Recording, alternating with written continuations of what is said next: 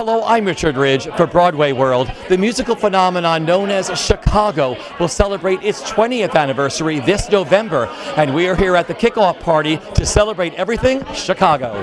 When you think of being here tonight, what's going through your head, Walter? You know, I have said this before, I feel like the you never know poster child.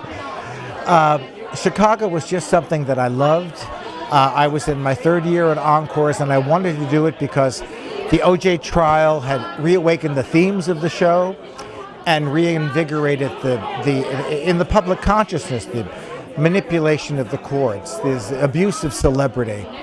And suddenly the material seemed refreshed to me. But we were just doing it because we loved it. Ann and I got together and we decided to pay an homage to Fosse, to not reinvent, to remount his original production. And I guess we helped him catch up with the times because we had no expectation other than we were doing something we loved. And everything that we did was a tribute to him. We didn't want to revive his production so much as pay tribute to his incredible career. I remember William Ivy Long saying, "How should we do the clothes?" And I said, "Well, I want the people to look like dancers." Those were Fosse's favorite artists. And I said I would like them to be in his two favorite colors, black and flesh. 20 years ago right now, we were doing the show for the first time. It was part of the Encores presentation. And it was quite extraordinary. I was standing backstage waiting to go on and listening to the audience respond to each number, one after the other. And the response was something that is just spectacular to hear in the theater. They roared back at us after each number. I mean, literally roared, yelled. They loved what they were seeing and hearing. And so when we got around to the Weisslers deciding that they were going to take us to Broadway the next fall, I invested in the show. And I'm still getting paid. And I invested in the London company and then in the two road companies. It's been a home run. 20 big years for you going to the bank every Friday, right? It's been very, very nice, yeah. And it's the only show I've ever invested in, too. Good taste, sir. So I'm one for one. What are your fondest memories of doing this show? Like, do you remember opening night on Broadway the first time? I do. It's all, fondest memories every night.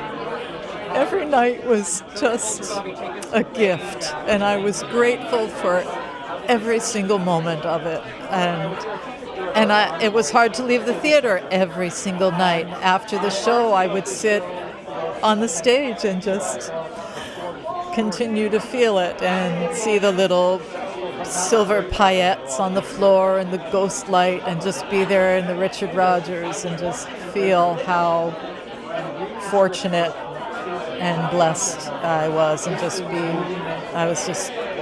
feel the gratitude. Jimmy and I stood in the back the first night at Encores and listened to the opening number and wow, that's a good hand.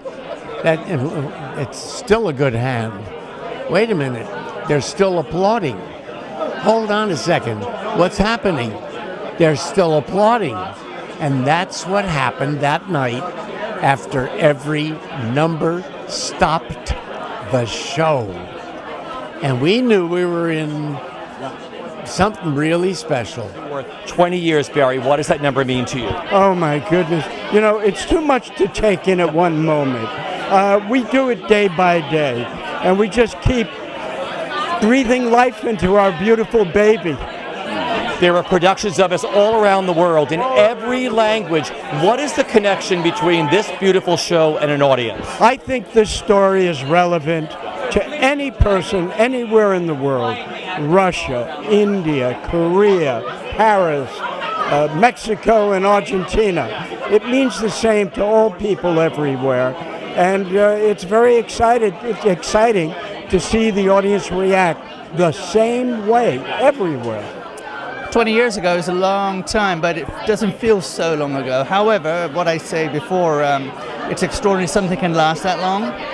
And the amount of freedom I had on the first campaign I did is exactly the kind of freedom I had this time around. And the reason I say that is because with the numeric digital age, you have so many people interfering. They have been very respectful. So the pictures are, what we would have chosen. When we first did it, you couldn't pre-guess what you were going to get. Now with digital, you can sort of fake it and then say, make me this. Yeah. But all the joy goes out of that. So we really tried to start with the idea.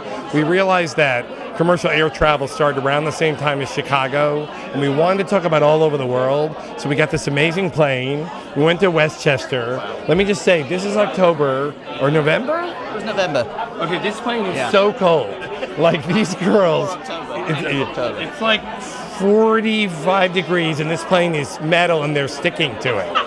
But everyone smiles, and they all know the photos are going to be great. So that was a blast. I'm feeling a little old. Even though I just joined Chicago Company, I made my Broadway debut in Candide, which was the same year as Chicago. So we were up against, for Best Revival. We didn't run as long as Chicago did. Here we are 20 years, and now I'm finally, I've been in the show for 4 months and having a great time. It's one of those shows that I didn't really know until I was asked to be a part of it. Well, I saw it, earlier, but how it stands up, stands through the test of time. The material, unfortunately, corrupt judicial system and celebrity fame. How it still stands up today. The audiences are laughing like it's hot off the presses. You are the current stars of Chicago, but you all have quite a history with this. You have the original history with this. When did you start doing Chicago? 2001 in England. Yes. I started in 1998.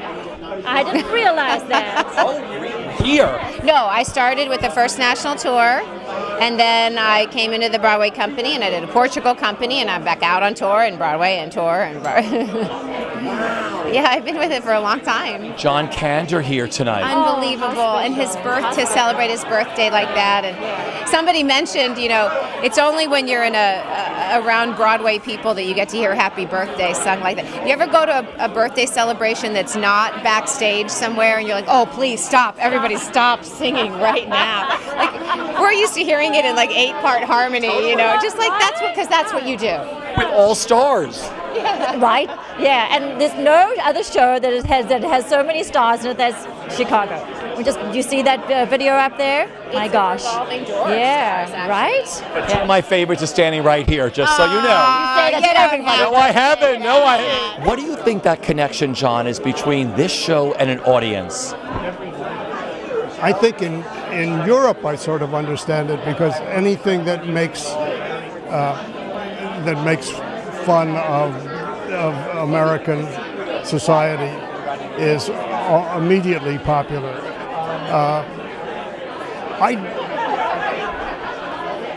I don't know whether the glorification of corruption is just an ever popular subject or what. How proud would Freddie be today? Oh God, can you? It's not fair that I'm here and he's not. For one thing, this was his favorite show, and another thing, he loves standing here.